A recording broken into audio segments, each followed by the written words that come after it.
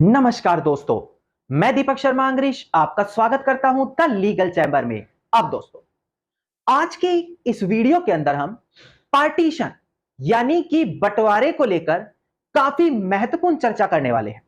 और आज हम स्पेसिफिकली बात करेंगे उन पार्टीशंस के बारे में जो कोर्ट का सहारा लेकर किए जाते हैं। इसके अलावा ऑनरेबल सुप्रीम कोर्ट और तमाम हाई कोर्ट ऐसी सिचुएशन में अपनी कुछ बड़ी जजमेंट भी पास कर चुके हैं, जो आज की इस वीडियो में मैं आप लोगों के साथ डिस्कस करने वाला हूं। इसके अलावा पार्टीशन सूट से संबंधित आज ये काफी बड़ी जजमेंट यहां पर होने वाली है। तो अब दोस्तों, अगर आप लोगों को हमारी ये वीडियोस अच्छी लगती है, अगर आप लोगों को हमारी तरफ से किए गए एफर्ट्स अच्छे लगते हैं, तो मेरा आप लोगों से अनुरोध है, इस वीडियो को आप लाइक जरूर करें, ज्यादा से ज्यादा शेयर जरूर करें और अपना वैल्यूएबल कमेंट सेक्शन में जरूर लिखें। तो चलिए दोस्तों, अब आज की इस वीडियो को हम ज्यादा लंबा ना करते हुए आज की इस वीडियो को स्टार्ट करते हैं।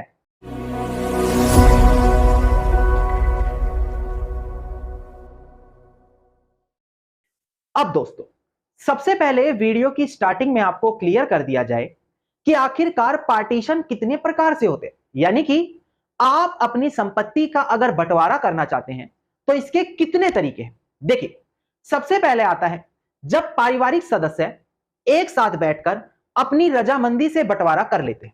इसके भी अनेकों माध्यम हैं, जैसे कि एक पार्टीशन डीड वहां पर बनाई जाती है, जिस दस्तावेज में सभी सदस्यों का हिस्सा निर्णय किया जाता है और उस पर सभी सदस्यों के साइन करवाकर, दो विटनेस के साइन कराकर उस पार्टीशन डीड को बाद में रजिस्टर्ड करवा लिया जाता है।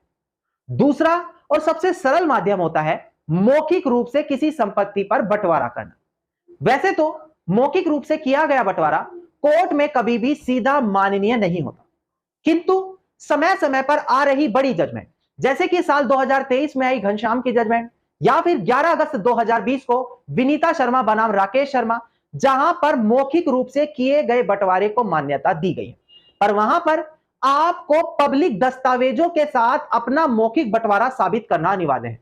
जैसे कि मौखिक बंटवारा होकर आपको जो हिस्सा मिला, उस हिस्से पर आपके नाम का कोई बिजली मीटर, पानी मीटर, जमाबंदी, म्यूटेशन, ऐसा कोई पब्लिक डॉक्यूमेंट्स अगर आप दिखा देते हैं, केवल तभी माना जाएगा कि मौखिक बंटवारा होने के बाद आपको यह हिस्सा वहां पर मिल गया था। अब कई बार लोग मौखिक बंटवारा करके उसको केवल याददाश्त के तौर पर उतार लेते हैं, जिसको मेमोरेंडम का दस्तावेज भी बोला जाता है। मेमोरेंडम के दस्तावेज की सबसे खास बात है कि उस पर केवल आपको इतना लिखना है कि कितने समय पहले आपका बंटवारा हुआ, बंटवारा होने के बाद आप याददाश्त के तौर पर यहां पर इन चीजों को उतार रहे हैं, और इसके बाद सिर्फ आपको वहां पर सभी सदस्यों के साइन लेने अनिवार्य है और दो गवाहों के साइन लेने अनिवार्य है, भले आप उस मेमोरेंडम के दस्तावेज को जाकर रजिस्टर्ड ना भी करें। अब एक और तरीका होता है जिसको फैमिली सेटलमेंट का डॉक्यूमेंट बोला जाता है। यहां पर सभी पारिवारिक सदस्य आपसी समझौता करते हुए एक दस्तावेज में लिख लेते हैं कि किसको कितना हिस्सा किस किस समझौते के तहत दिया गया। पर ध्यान देने वाली बात है, इस फैमिली सेटलमेंट डॉक्यूमेंट को भी रजिस्टर्ड करवाना अनिवार्य है, और अगर इसको रजिस्टर्ड नहीं कराया गया तो इसकी कोई भी मान्यता नहीं है। अब हमने जितने भी माध्यम अभी तक आपको बताए, ये सभी आप लोग आपसी में कर सकते हैं, आपको इसके लिए कोर्ट का दरवाजा खटखटाने की जरूरत नहीं है।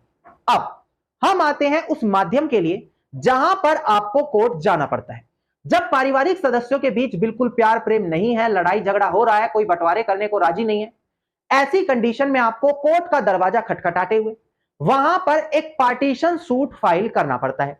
पार्टीशन सूट में क्या होता है, सभी पारिवारिक सदस्यों को कोर्ट समन देकर बुलाता है और यह कहता है कि संपत्ति पर बंटवारे की मांग की गई है, और जो व्यक्ति बंटवारे की मांग कर रहा है उसको उसके हिस्से के अनुसार कोर्ट से बंटवारा कराते हुए पार्टीशन के तहत हिस्सा दिया जाएगा। इसी को बोला जाता है पार्टीशन सूट। और इसकी सबसे खास बात है कि बाकी सदस्य भले कोर्ट में ना आए, किंतु जो व्यक्ति कोर्ट के सामने बंटवारे की मांग करने गया है उसकी अकेले की सुनवाई करते हुए पार्टीशन सूट वहां पर कर दिया जाता है फाइनल। अब दोस्तों, अब हम बढ़ते हैं ऑनरेबल सुप्रीम कोर्ट और हाई कोर्ट की कुछ बड़ी जजमेंट की, क्योंकि अगर आप कोर्ट के माध्यम से पार्टीशन करने जा रहे हैं तो आपको ये सारी चीजें क्लियर होनी अनिवार्य है, नहीं तो आप वहां पर बहुत बड़ा धोखा अपने साथ करा लेंगे। अब एक एक करके डिस्प्ले पर ध्यान दीजिएगा, मैं आपके साथ कुछ बड़ी जजमेंट यहां पर डिस्कस करने वाला हूं। ध्यान दीजिएगा दोस्तों, डिस्प्ले पर देखिएगा दोस्तों, केस टाइटल है कंचीगौड़ा वर्सेस सिद्धि गौड़ा। ऑनरेबल सुप्रीम कोर्ट की काफी बड़ी जजमेंट है। इसमें साफ बोला गया कि देखो, अगर किसी जॉइंट फैमिली प्रॉपर्टी का कोर्ट में बंटवारे की मांग की गई है और ऐसे केस में सभी को शेयरर्स को, यानी कि सभी हिस्सेदार को अगर केस के अंदर पार्टी बनाकर नहीं जोड़ा गया, तो ऐसा केस पार्शियल पार्टीशन बोला जाता है और ऐसा केस मेंटेनेबल नहीं होगा। यानी कि दोस्तों, यह चीज आपको जाननी अनिवार्य है कि सभी लोग या तो कोर्ट में पार्टी नहीं बनाए गए या सभी जॉइंट फैमिली प्रॉपर्टीज को उस पार्टीशन के केस में इन्वॉल्व नहीं किया। यहां पर चालाकी से आप बंटवारे की मांग कर रहे हैं, कुछ प्रॉपर्टी का बंटवारा कर रहे हैं और कुछ का बोल रहे हैं हो चुका है, वो एक्सेप्टेबल नहीं है। अगर आप बंटवारे की मांग करेंगे तो जितनी भी अविभाजित संपत्ति है सभी का बंटवारा एक साथ करना अनिवार्य है। यह चीज ऑनरेबल सुप्रीम कोर्ट ने अपनी इस बड़ी जजमेंट में साफ तरीके से निर्धारित कर दी। दोस्तों, अब हम बढ़ते हैं अपनी दूसरी जजमेंट की ओर, जहां पर यह बोला गया कि कुछ कंडीशन ऐसी है जहां पर यह पार्शियल पार्टीशन भी एक्सेप्टेड है। पार्शियल पार्टीशन जहां पर सभी प्रॉपर्टीज नहीं जोड़ी गई, ऐसा केस भी मेंटेनेबल है, पर वो कंडीशन मैं आपको बताता हूं।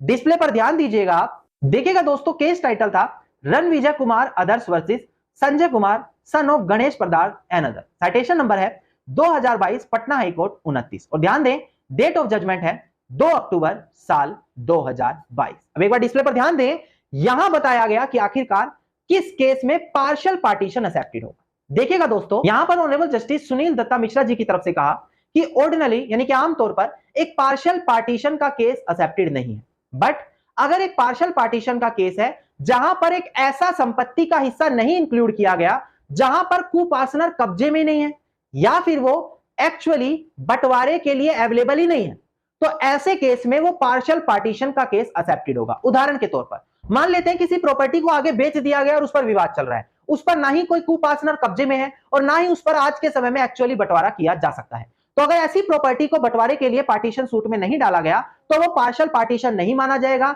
और ऐसे केस में कोई व्यक्ति ये नहीं बोल सकता कि ये पार्शियल पार्टीशन है, इस केस को डिसमिस करो। ये चीज यहां पर मैंने आपको रेलिवेंट जजमेंट के साथ क्लियर करी। अब हम बढ़ते हैं अपनी अगली जजमेंट की ओर। ध्यान दीजिएगा दोस्तों, डिस्प्ले पर यह भी काफी महत्वपूर्ण जजमेंट है। देखिएगा दोस्तों, देखिए दोस्तों, डिस्प्ले पर केस टाइटल है P Ram Prasad and Tyagaraj R and others. Civil revision petition number है इसका 70/2022 और साइटेशन नंबर है 2023 कर्नाटका हाईकोर्ट की जजमेंट है 335। अब ध्यान दें, प्रेजेंट केस में क्या हुआ, साल 1928 में एक पार्टीशन का केस डाला गया जहां पर कोर्ट ने एक व्यक्ति के पक्ष में डिक्री निर्धारित कर दी, मतलब उसको बोल दिया कि इसका संपत्ति में हिस्सा बनता है और उसके पक्ष में कोर्ट ने डिक्री दे दी। उसके बाद उन लोगों ने ना ही संपत्ति पर कब्जा किया और ना ही कब्जा पाने के लिए उस डिक्री को एग्जीक्यूट कराया, पर इन्होंने 90 सालों के बाद दोबारा से कोर्ट में नया पार्टीशन सूट डाल दिया, जहां पर दूसरी पार्टी ने बोला कि जब ऑलरेडी एक बार 90 सालों पहले संपत्ति पर पार्टीशन कर दिया गया तो उस प्रॉपर्टी को कैसे दोबारा पार्टीशन किया जा सकता है। वो तो इन लोगों की गलती है कि ना ही इन्होंने इतने सालों तक कब्जा किया और ना ही कब्जा पाने के लिए जो 3 साल की लिमिट है डिक्री को एग्जीक्यूट कराने की, उसके पीछे कोई एग्जीक्यूशन केस डाला। ये लोग तो बस अब क्लेवर ड्राफ्टिंग करके दोबारा से नया पार्टीशन सूट लाकर संपत्ति पर बंटवारा कराना चाह रहे हैं। तो ऑनरेबल कर्नाटका हाईकोर्ट ने भी यही पाया कि यहां पर सिर्फ और सिर्फ क्लेवर ड्राफ्टिंग करनी चाह रहे हैं लोग, और क्लेवर ड्राफ्टिंग करके जो पुराने केस में गलती हुई कि इन्होंने कब्जा नहीं लिया, ना ही समय सीमा के अंदर एग्जीक्यूशन डाला, उस चीज को छिपाकर दोबारा से बंटवारा मांगकर अपना यहां पर अधिकार स्थापित करना चाह रहे हैं। तो ऑनरेबल कर्नाटका हाईकोर्ट ने कहा कि अगर आप 90 सालों के बाद आकर दोबारा से बंटवारे की मांग करेंगे उस प्रॉपर्टी पर जिसको पहले से बंटवारा कर दिया गया है, तो ये चीज दोबारा से एक्सेप्टेड नहीं है। यानी कि अगर एक प्रॉपर्टी पर बंटवारा पहले ही हो चुका है तो उस पर बंटवारा नहीं किया जा सकता दोबारा, जब तक वो कानून की नजर में पहले किया गया बंटवारा इनवैलिड ना ठहरा दिया जाए। ये काफी बड़ी जजमेंट है जो आप लोगों के लिए यहां पर काम आएगी। अब दोस्तों हम बढ़ते हैं अपनी अगली जजमेंट। अब दोस्तों इसके बाद ध्यान दीजिए, यह भी एक और मैं काफी इंपॉर्टेंट जजमेंट आप लोगों के लिए लेकर आया हूं जो पार्टीशन से ही जुड़ी है। अब एक बार डिस्प्ले पर ध्यान दीजिएगा, केस टाइटल है हमारा चंद्रकांत नारायण सालवी जो प्रेजेंट केस में अपीलेंट है versus Chandrakant Krishna Kumbalar and other जो प्रेजेंट केस में रिस्पोंडेंट है। इसका ध्यान दीजिएगा, सिविल अपील नंबर है 1282 ऑफ 2018 और डेट ऑफ जजमेंट है हमारी 26 अगस्त साल 2022। अब काफी महत्वपूर्ण जजमेंट है दोस्तों, ध्यान दीजिएगा डिस्प्ले पर। आप यहां पर ऑनरेबल हाई कोर्ट ने ट्रायल कोर्ट के एक डिसीजन को बिल्कुल ठीक ठहराया था, जहां पर रेस जुडिकाटा बोलते हुए एक पार्टीशन सूट को डिसमिस कर दिया गया। यहां पर प्लेंटिफ ने संपत्ति पर बंटवारे की मांग की थी जबकि अपोजिट पार्टी का बोलना था कि देखा जाए तो पहले ही इन प्रॉपर्टीज पर बंटवारा हो चुका है और अगर उनकी मदर पहले ही कोर्ट के माध्यम से इस प्रॉपर्टी पर बंटवारा ले चुकी है तो कैसे उनके बच्चे दोबारा से आकर उस प्रॉपर्टी पर बंटवारे की मांग कर सकते हैं। यह केस हमारा रेस जुडिकाटा माना जाएगा सीपीसी के अंदर। रेस जुडिकाटा क्या होता है?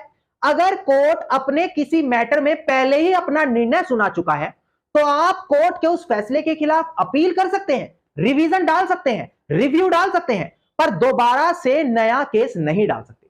अगर आप दोबारा से नया केस डालेंगे तो रेस जुडिकाटा मान लिया जाएगा और उस केस को डिसमिस कर दिया जाएगा। तो प्रेजेंट केस में भी यही हुआ कि पहले ही प्रॉपर्टी का बंटवारा कर दिया था और उसके लिए अगर आप दूसरा केस लेकर आएंगे तो वो रेस जुडिकाटा माना जाएगा। यह चीज यहां पर साफ निर्धारित कर दी दोस्तों। अब दोस्तों इसके बाद हम बढ़ते हैं अपनी लास्ट जजमेंट की ओर। ध्यान दीजिएगा दोस्तों डिस्प्ले पर, इसका केस टाइटल है Prashanta Kumar Sahu and others versus Charulata Sahu and others. Civil appeal number है 2393 2915 ऑफ 2018 और 29 मार्च 2023 की हमारी जजमेंट है। अब दोस्तों एक बार डिस्प्ले पर ध्यान दीजिए, यह भी हमारी काफी महत्वपूर्ण जजमेंट है। यहां पर यह बोला गया कि देखो, अगर पार्टी एक पार्टीशन सूट के अंदर दूसरी पार्टी के साथ, यानी कि जिनका केस है और जिनके खिलाफ केस है, वो दोनों में आपसी सहमति कर लेते हैं केस में, और केस में सहमति करके एक कंसेंट डिक्री कोर्ट से लेते हैं। कंसेंट डिक्री क्या होती है? जब दोनों पार्टियों के बीच कोर्ट में सहमति हो जाए, दोनों पार्टी आपस में सहमति करके आपस में कंसेंट लेकर केस को खत्म मानती हैं और अपने टर्म्स कंडीशन के हिसाब से कोर्ट से डिक्री ले लेती है। तो इन्होंने बोला अगर पार्टीशन है और आपस में आप लोग आपसी सहमति से केस का निपटारा कराना चाह रहे हैं तो सभी पार्टियों के साइन होना अनिवार्य है जिसका हिस्सा उस प्रॉपर्टी में बनता है। अगर किसी एक पार्टी के भी साइन उस कंसेंट डिक्री में नहीं लिए गए तो वो बंटवारा अमान्य हो जाएगा और वो जो पार्टी है उसको कभी भी आप उस कंसेंट डिक्री के अंदर, कॉम्प्रोमाइज डिक्री के अंदर बाउंड नहीं कर सकते, क्योंकि जब वो डिक्री कोर्ट के माध्यम से ली गई वहां पर उनके साइन हुए ही नहीं थे।